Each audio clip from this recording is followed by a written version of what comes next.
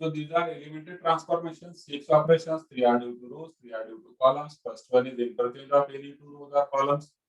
Ri interchange Rj, which can also be denoted by Rij. Ci interchange Cj, which can be also denoted by Cij. हम shortcut में इस तरीके से लिखेंगे, ठीक है। जस्ट फॉर एग्जांपल ए अगर 1 2 3 4 है, then R1 interchange R2. It means what? These two rows are interchanging with each other. ठीक, जैसे यहाँ पर 1 2 3 4 था, तो जो फर्स्ट रो 1 2 है, it became the second row 1 2. जो सेकंड रो था वो फर्स्ट रो हो गया। वहीं पर अगर हम C1 इंटरचेंज C2 करें, तो जो फर्स्ट कॉलम है 1 3, it will become second column. जो सेकंड कॉलम 2 4 है, it will become first column. So that is the quite simple operation. अब यह ऑपरेशन करने के बाद हमने यहाँ पर लिखा था A equal to, because this is the original matrix and this matrix is equivalent to A. So this sign is for equivalent. These two matrices are equivalent. चलिए अब सेकंड ऑपरेशन की बात करते हैं। मल्टीप्लीकेशन ऑफ एनी रो और column by a non zero scalar. ठीक है, किसी भी रो या फिर कॉलम को हम एक नॉन जीरो स्केलर से मल्टीप्लाई कर सकते हैं। देखिए नॉन जीरो, क्योंकि अगर हमने जीरो से मल्टीप्लाई कर दिया तो क्या होगा, सब कुछ जीरो हो जाएगा। ठीक है, so that's why we mention non zero scalar. Non zero positive होगा, नेगेटिव होगा, फ्रैक्शन होगा, पॉइंट में होगा। ठीक है, it may be whatever, but it is not equal to zero. तो उससे जब हम मल्टीप्लाई करते हैं तो ऑपरेशन हम इस तरीके से शो करते हैं। Let us say if k is a scalar, then KRI। अब KRI का मतलब क्या हुआ, RI चेंजेस टू KRI। मतलब जो ith नंबर की रो है वो अभी चेंज हो गई और वो बन गई K इंटू RI। वैसे ही KCJ, मतलब जो jth नंबर का कॉलम है, it has change to K into CJ। किसी भी रो या किसी भी कॉलम को हम किसी एक पर्टिकुलर नॉन जीरो नंबर से मल्टीप्लाई कर सकते हैं। जस्ट फॉर एग्जांपल मैंने यहाँ पर ले लिया if a is equal to 1 2 3 4, then 5R1। मैंने ऑपरेशन लिया 5R1। अब 5R1 मतलब क्या हो गया, now a is equivalent to जो रो 1 है, रो 1 इसे हम 5 से मल्टीप्लाई कर देंगे। So 5 into 1 5, 5 into 2 10। Second row के साथ कुछ भी नहीं होगा, it will remain as it is. ठीक है, this is called as 5R1। Column के operation, it means 2 is multiplied to column number 2। तो कॉलम नंबर 2 यहाँ पर है हमारा। अब कॉलम नंबर 2 को हम 2 से मल्टीप्लाई कर रहे हैं, इसका मतलब होता है कि कॉलम नंबर 1 में कुछ भी चेंज नहीं है। Column number 1 1 3, it will remain as it is. Column number 2 को 2 से मल्टीप्लाई करेंगे तो 2 into 2 4, 2 into 4 8। So these two operations are quite simple. ये तो चलिए ध्यान में आ जाता है। हमने इंटरचेंज कर दिया रो और कॉलम को, या फिर हमने मल्टीप्लाई किया किसी स्केलर से रो या फिर कॉलम को। Third operation which is quite important is this one, adding the scalar multiples of all the elements of any row or column to corresponding elements of any other row or column। ठीक, क्या हुआ, adding the scalar multiples of all the, किसी भी एक रो के आप scalar multiple किसी और रो में ऐड करेंगे। ठीक है, या फिर किसी भी कॉलम के स्केलर मल्टीपल्स आप किसी और दूसरे कॉलम में ऐड करेंगे। तो that is this operation. Denote कैसे करते हैं, देखिए जैसे मैंने यहाँ पर दिखा दिया, RJ changes to RJ plus KRI। ठीक है, RJ changes to RJ plus KRI. Now, what does it mean? It means RI जो है, मतलब ith नंबर की जो रो है, इसे हमने A से मल्टीप्लाई कर दिया। ओके, तो ये ऑपरेशन ले लिया हमने RJ प्लस KRI। वही सेम ऑपरेशन हम ले सकते हैं कॉलम J पर भी, मतलब column J changes to column J plus K into column I। तो कॉलम आई जो है इसे हमने किसी स्केलर मल्टीपल से मल्टीप्लाई किया और फिर जो भी नंबर आया उसे ऐड कर दिया जेथ कॉलम में, ठीक है, उसे हमने ऐड कर दिया जेथ कॉलम में। So this can also be written as C J plus K C R. Just for example अब इसे समझते हैं। अब इस सेकंड ऑपरेशन में भी क्या होगा, जो जे नंबर का कॉलम है सीजे ये चेंज होगा, ठीक है, जो हम स्टार्टिंग में लिखते हैं ये वाला चेंज होगा, ये चेंज नहीं होगा। आई नंबर का कॉलम चेंज नहीं होगा, बस हमने आई नंबर का कॉलम उठाया है, उसे के से मल्टीप्लाई किया है, जो भी नंबर हमें मिला उस नंबर को हमने जेथ नंबर में ऐड कर दिया है। तो चेंज कौन सा हुआ, जे नंबर का, ये वाला चेंज नहीं हुआ। एग्जाम्पल से समझते हैं।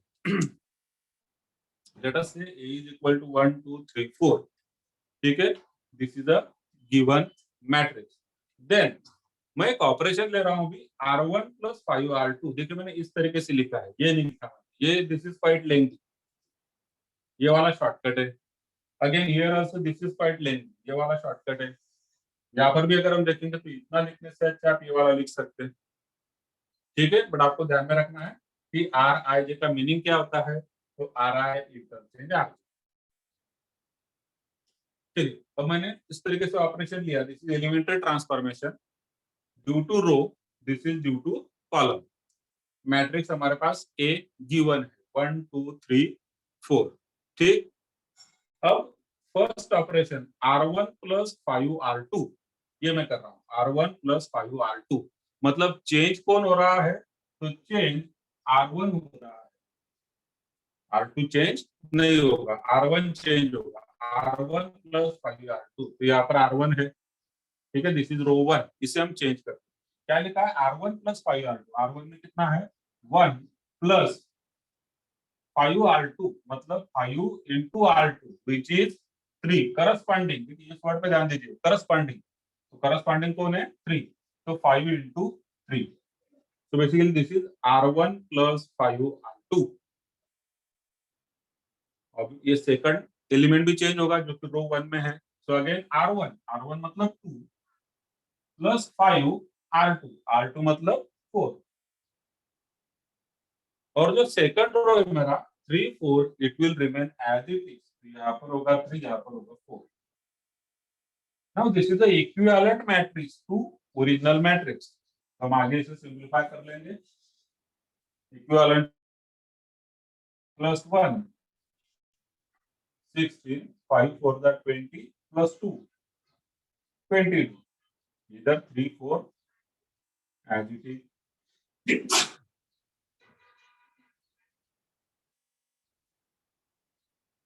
ठीक, सेकंड ऑपरेशन समझते हैं, C2 प्लस 2C1। अब इसमें चेंज कौन होगा, तो चेंज होगा C2, चेंज होगा C2, ठीक है।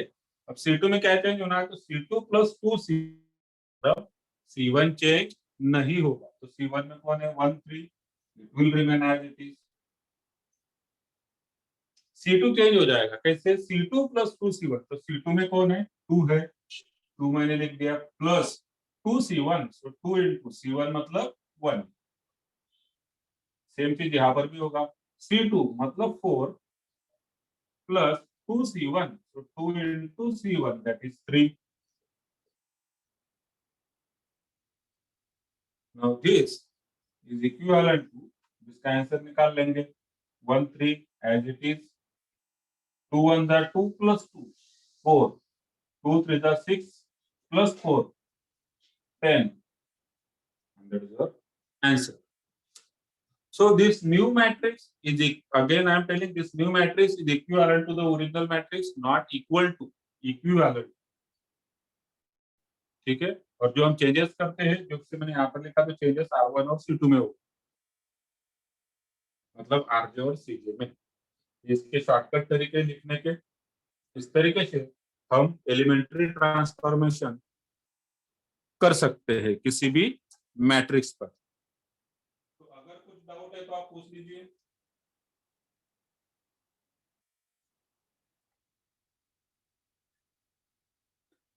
Let us start first exercise question. Apply the given elementary transformation on each of the following matrices. Okay. So first question. A is equal to 1 0 minus 1 3. A is equal to 1 0 minus 1 3. R1 interchange R2 करना है हमें, ठीक है। Operation हो जाएगा given, आप लिख लेंगे given A is equal to then R1 interchange R2, so A is equal to, या फिर हम यहाँ पे लिखेंगे A is equivalent to, sorry, ठीक है। A is equivalent to R1 interchange R2, तो मतलब क्या करना है हमने, फर्स्ट रो और सेकंड रो इंटरचेंज करना है। तो फर्स्ट रो में 1 0 है, ये चला जाएगा सेकंड रो में, सेकंड रो में -1 3 है, ये आ जाएगा आपका फर्स्ट रो में। तो क्या question, question third, A is equal to 5 4 1 3, again B is equal to 3 1 4 5। ए पर हमें ऑपरेशन करना है C1 इंटरचेंज C2, ठीक है। ए पर ऑपरेशन करना है C1 इंटरचेंज C2 और बी पर ऑपरेशन करना है R1 interchange R2, and what do you observe, वो भी हमें लिखना है। तो R1 इंटरचेंज, या फिर चलिए C1 इंटरचेंज दिया है, तो चलिए गिवन लिखता हूँ, given A is equal to 5 4 1 3, और इस पे हमें ऑपरेशन करना है R1 interchange R2। So now A is equivalent, ठीक है, A is equivalent to R1 interchange R2, जो फर्स्ट रो है इट विल बिकम सेकंड रो।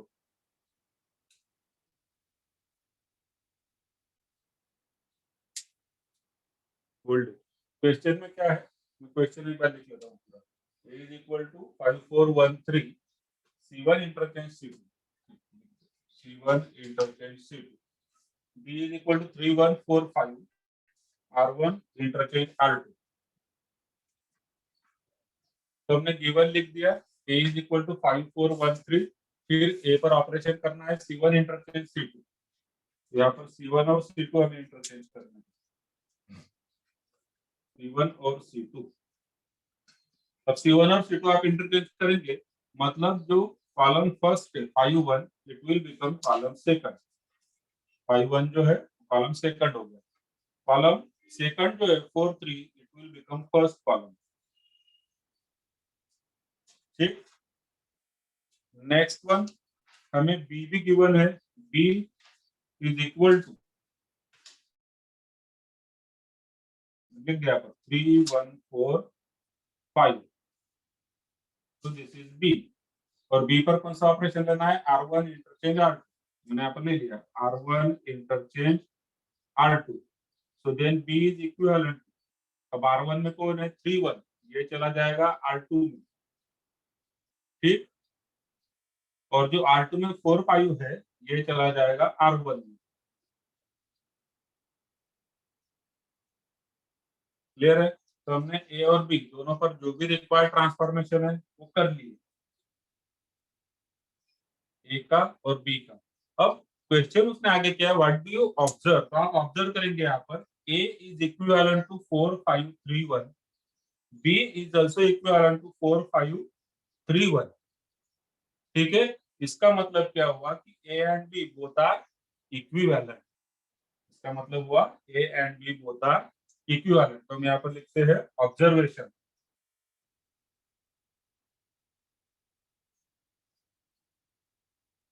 तो इस क्वेश्चन में हमारा ऑब्जर्वेशन क्या हो जाएगा, ऑब्जर्वेशन वगैरह हमारा A is equivalent to B, so that is our observation, क्योंकि दोनों के आंसर सेम आ रहे हैं 4 5 3 1, इधर भी 4 5 3 1,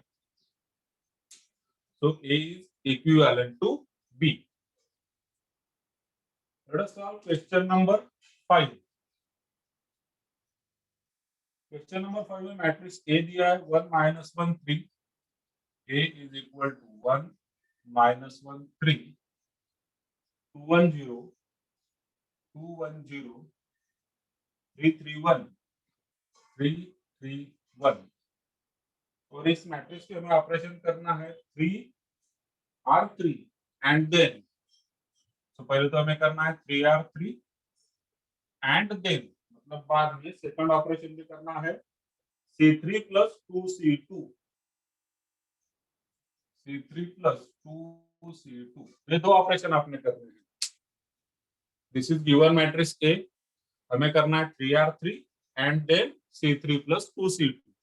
late us perform this two operations. तो फर्स्ट हम लिख लेंगे given A is equal to, उसके बाद हम लिखेंगे 3R3, ठीक है, 3R3, so then A is equivalent to matrix. अब देखिए 3R3 का मतलब क्या हुआ कि थर्ड रो चेंज होने वाला है, first row as it is, second row as it is. अब थर्ड रो चेंज होगा, और कैसे चेंज होगा, 3 into R3, मतलब 3 into रो 3, तो 3 मल्टीप्लाई हो जाएगा, 3 into 3 9, 3 into 3 9, 3 into 1 3, so this is first operation 3R3 and then. अब इसके बाद मुझे तो अगला ऑपरेशन करना है C3 प्लस 2C2, मैंने यहाँ पर लिख दिया C3 प्लस 2C2।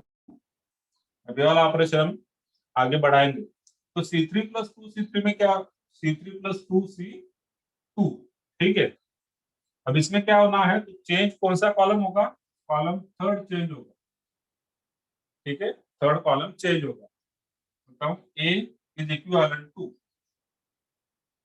अब ये ऑपरेशन किस पर हो रहा है, तो इस मैट्रिक्स पर, ना कि ओरिजिनल मैट्रिक्स पर। ओरिजिनल मैट्रिक्स ऑलरेडी अभी चेंज हो गया, ठीक है, इसे हम वापस से अब कुछ अलग ऑपरेशन करके वापस चेंज कर रहे हैं, तो अब ओरिजिनल मैट्रिक्स का कुछ भी काम नहीं है। अब ये जो ऑपरेशन होगा, ये जो इक्विवेलेंट हमारा मैट्रिक्स, हमने नया मैट्रिक्स बनाया है, इस मैट्रिक्स पर होगा। अब इस मैट्रिक्स में कौन चेंज हो रहा है, C3, तो इसका मतलब C1 as it is, C2 as it is, change होगा C3। जस्ट अ सेकंड,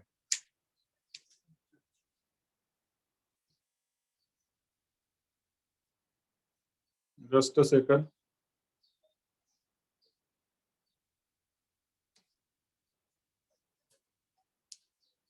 नाही इक्वल नाही होणार, मी सांगतो का, इक्वल नाही होणार। हा जर ए इक्वल टू आणि बी इक्वल टू असता, let us say this is A equal to B equal to, मग ते दोघं काय झाले असते, इक्वल झाले असते। पण हा A equivalent to B equivalent to, ठीक आहे, म्हणून इथं सुद्धा येणार A equivalent to B not equal to, या ठिकाणी जर इक्वल असता, कारण तुमचं ऑब्झर्वेशन बघा, ए इक्वल टू बी ते आन्सर असू शकत नाही, तुम्ही थोडी समजून घेऊ शकता। ए इक्वल टू बी असणार आहे का, नाही, क्वेश्चन मध्ये हे दोघं मॅट्रिक्स इक्वल नाहीये। कालच आपण इक्वॅलिटी ऑफ मॅट्रायसेस डिस्कस केली, इक्वॅलिटी ऑफ मॅट्रायसेस मध्ये ऑर्डर शुड बी सेम आहे, एलिमेंट शुड बी सेम आहे, पण corresponding element should be same, that is the main concept. Corresponding same नाहीये, ठीक, म्हणून, आणि इथं सुद्धा तुम्ही बघू शकता, इथे इक्वल टू नाहीये, इथे इक्विव्हॅलंट आहे, म्हणजे हे दोघं एकमेकांना इक्विव्हॅलंट असणार, इक्वल टू नसणार। हा लास्ट क्वेश्चन मध्ये जाऊ, आता परत इकडे येऊया। अब यहाँ पर कॉलम थर्ड चेंज हो रहा है, तो कॉलम फर्स्ट हमने एज इट इज लिख दिया, कॉलम सेकंड हमने एज इट इज लिख दिया, कॉलम थर्ड चेंज हो रहा है, कैसे, column third plus 2 into column second, ठीक है। तो अभी हम जस्ट फर्स्ट एक्सरसाइज है, आगे हमें ये ऑपरेशन डायरेक्ट करना है, ठीक है, लेकिन यहाँ पर हम फर्स्ट एक्सरसाइज है अभी, तो लिखते हैं किस तरीके से होगा, देखिए C3 मतलब यहाँ पे करस्पॉन्डिंग एलिमेंट कौन है, 3 प्लस 2 into C2 में करस्पॉन्डिंग कौन है, -1, तो सिमिलरली यहाँ पर C3 मतलब 0 प्लस 2 into 1, फिर C3 में 3 प्लस 2 into C2 का करस्पॉन्डिंग कौन है, 9, ये हो गया हमारा ऑपरेशन, ठीक। So therefore A is equivalent to, this is 1 2 9 -1 1 9, इधर 3 -2 मतलब 1, 0 + 2 मतलब 2, 9 to the 18 plus 3, 21. So that is your answer.